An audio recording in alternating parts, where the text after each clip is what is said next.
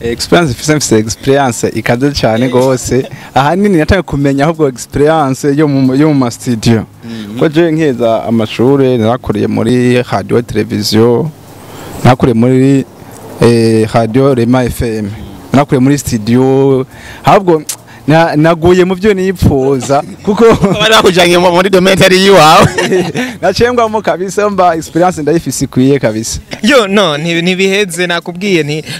tugiye kongera ku byo twahora dukora urumva ni kindi gisata cyongereye mu byo muri studio tuzobikora byo hanze tuzobikora tupaske hose urubona ko ariko bahora bakora n'andi ma television akomeye urubona batwara mu microphone paske na microphone turazifise zo muri studio nizo byose turabifise ibikoresho byose biri disponible ego Yes bakunzi ba TV safa mumeze neza murakomeye agenda meze kabisa fresh nkuko bisanzwe Elma Love mwari muhonda baramukije muri hose imani bahezagire cyane so uno munsi ndi kumwe n'abantu babiri umwe mwari mumenyereye muhora mwumva behind the camera ari kundi nawe muramuzi numutwitsi nyene yo ngahi wacu so turaza kuganira byinshi kuko mwari mubakumbuye mubona byinshi bavuga ko ariko baharifunze ndavuga ateka agenda bazana kugira ngo tuganire neza iruhande rwanje ndi kumwe no bita Tijo ndibaza muramuziki kuri King GMTV mwumva ati Tijo ari behind the camera uno munsi nawe namuzanye aze imbere ya camera kugira ngo mubone abatari bamuze munsi namubonye Tijo fresh safi mtam urabeze neza asha fresh kweli kugira ngo nakuzanye imbere ya camera mze yego kari naho inyuma ya camera kenshi wumva ngo Tijo mugubu naje kuri camera kabisa uno munsi barakubona yego wimba gute ukuntu no munsi ugiye imbere ya camera bavuga ati abakunzi bose bambona none ko baba bati kumena akabogare manimero aza gushana ndabizi kabisa ndabizi benshi bifuza kumbona ko bakumva ngo Tijo nyuma ya kamera mugabo uyu munsi ko banaje imbere ya kamera ni byiza cyane gose ndabikenguruka yego yes nituri kumwe nawe wenyine ndi kumwe na DRIZZY DRIZZY nje wasibana cyane bakamwasi nini this is Ndaha TV yes guys bakunze ba Ndaha TV nababwire ko baba vipi fresh ndashima murazi ko umunsi umutipa agenda kudepoza dossier yo muri Ndaha TV ugira bamuhakaze nubwira ko ari je natangiye kudepoza mbwakazi baca baba arangorerera wapi urameze neza ariko ndashima to warakumbuye gufata mic niyo mpamvu ndashenda navuga ati akira we present ubwa byashitse tu guys for the first time mubonye Tijo ubu ni Tijo nakubwira ko bamutipe none ndababwira nako nababwira ati no munsi banimera azagucana cyane ako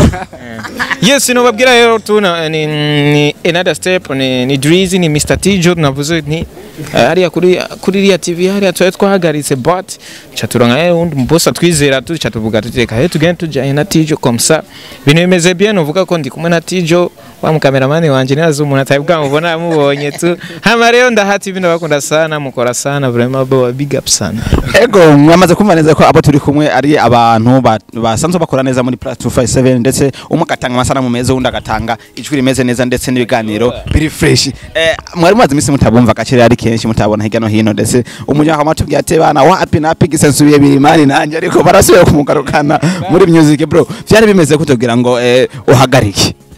bon novuga ko today no twakoze conference de presse kandi the CEO yavuze ko byashitse ijya twakorera ko irahagarika bon men yahagaritse complètement parce que no irikira ko mugabo twebwe twavuze tuti duhagarike kwanza komisare y'ibindi bintu bariko barapostinga ko nivyashika bagashaka gusubira gukorana n'abandi bantu bizomeze bien bazohamagara abakozi canke natwe bikunze dusubireyo c'est bon hamareto le CEO Isoko TV nobwira yuko yamaze gushika kuri YouTube urashobora ngenda kandika Isoko TV 257 ucuyibona YouTube hari ukashira ko subscribe murazi ibiganiro byanje ko nabiba bimeze guys ubu rero ni kwasa umuriro harahiye sinsubira ruguru n'igikunda yes nuko rero byagenze tu DRIZZY kibazo nshaka kubaza sindakabaza kandi kibazo yuwe ariko arakwishurira nk'umukameramani yuwawe amajambo yavuzwe menshi ati impamvu mwahagaritse ni kubera ko peut-être mwa mutaro nka visibility nkuko umuboss yavyipfuza peut-être DRIZZY yako yarakora ariko ntiyakora ivyo umuboss bayifuza ubivaye noko urabizi ibintu vyiwe yake wowe nk'umuntu wamukorera musanzwe muri hafi na hafi wowe bibona gute ko nayibona neza cyane ariko hari igihe umuntu yifuza ati ngomba mpindure strategy nakoresha nje muyinde kavuga ati rero tireka iyi strategy y'ibiganiro ndayipunguze mugabo na miliyoni bijanye n'amakomedi. Ubu rero ahanini kuri King James TV irakora irabandanya mugabo ahanini bashira imbere komedi. Yumva rero ni programa zo mu boss asha guhindura gahindukiza ariko nta nabi mwarahurije kugira ngo muvuge ati hari ikintu kibi cyahabaye kugira ngo tutavana ko ndazi benshi niko nico basigaye bitwaza ngo yangiriye ibi wundi tivyagenze baba konza uvuze ngo ntitwakora uko yifuza ngo nitwa we kwanza unzi nkora gute urambye agenda bize no yeze mbona ndiko mtoto wa mjini system nazijwa wewe uratwikanye amatukibandaniza bo antuka novuga yuko nta n'indwi zibiri zari bwa ziheze je mpagaritse hari ariko umaze kubona yuko mvuye hari yangaca ndonka handi urumva nuko baba babona yuko dufise aho dushaka gushika canke babona yuko ibintu duha abantu bimeze bien nico gituma rero nabandi bose baca baguma batuyifuza namaze kuronka ama suggestion ashika nk'atanu maganga babwira reka nduhuke gato komisare rero urumva ure tugiye gukorana nawe c'est bon ni chance urumva yabaye tushaturahuza nyene ubu rero ni bon bunaronsa nkorera rema guys mwitege ibintu bimeze fresh tu yes tuve kuri King James TV tuje kuri Isok TV na kare niyo butugiye kuza turabona ko ibikorwa by'abahungu ko ari babiri bose batuze neza sana mazimeze neza ndetse n'ibiganiro bimeze bien kuri DRIZZY ikintu cyambere ugiye guhindura bivanye muri strategy ugiye gukoresha ni ko aramubwiye ati bro jengere ngaruke ariko ngirenze n'izindi nguvu ndashaka kumenya imbere ya kamera izindi nguvu giruzane zishobora na muhoro dukora byo gupfubura byo bari baba bo reka ndagusaba ikintu kimwe kwanza uze kubashiramo aka video gatoyi tu nta copyright bazogutera please parce que nta maju arimwo uze kubashiramo aka video gatoyi tu cyangwa bashiremo naho bashiramo picha ya tugiye gukorera baraza kubona ko hari ibintu byinshi bica bihinduka bivanye no kuntu nahora nkora but sikuvuga ko ibiganiro byo kuri television ndabiheba ariko novuga ko bungiye gukora ibiganiro byinshi byo muri studio baza kubona studio dukoreramwo nico gituma navuze nti bigiye guhinduka hari byinshi bigiye guhinduka sikuvuga ngo bigiye guhinduka ahubwo bigiye kwiyongera ko tugiye kongera kubyo twahora dukora aho nyene nagomba kubaza kuri studio ko nawe ko muzubuzo urukora wicaye nawe nk'umushefu nabwo ati none byegana byo kuja kuvumbura abantu hari anya bamwe bibere muri moya mbiri muri iki binayisha yo no ntibiheze nakubwiye nti tugiye kongera ku byo twahora dukora urumva ni kindi gisata cyongereye mu byo muri studio tuzobikora byo hanze tuzobikora tupaske hose urubona kare ko bahora bakora n'andi ma television akomeye urubona batwara mu microphone paske na microphone turazifise zo muri studio nizo byose turabifise ibikoresho byose biri disponible ego ticho wewe ubumenyi bugiye kwiyongera bivanye no ko warumenye ibiganiro byo kuri tele kuno munsi ugiye uzurisha muri studio nakavuga ati ubona ndicara ntekereza experience waronse canke wize kugira ngo nuwashika muri studio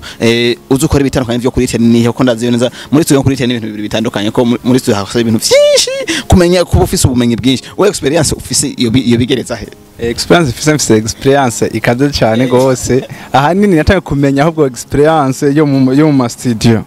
ko je nkeza amashure narakuriye muri radio television nakuriye muri radio Rema FM nakuriye muri studio ahubwo naguye mu byo nipfuza kuko bari bakujanye muri documentary yiwawe nacengwamo kabisa mba experience ndayifise kwiye kabisa ego duhamagara abakunzi kugira ngo baze kubarondera ari benshi bamwe bahora baraba kuri King James TV baze kuri Isok TV kugira ngo ibintu bigende meze fresh dukora akantu kameze neza DRIZZY tubahamagare gute Linda abantu bahora gufanega hari gihe batazava bamenye ko wagiye ko bose bafise WhatsApp yawe ese samanye ngene bimeze urabizi ukuntu je nkora yes guys bakunzi ba Indaha TV no buga kuri kirakora fresh ariko rero nimubagire DRIZZY uko ukuntu nsanzwe nkora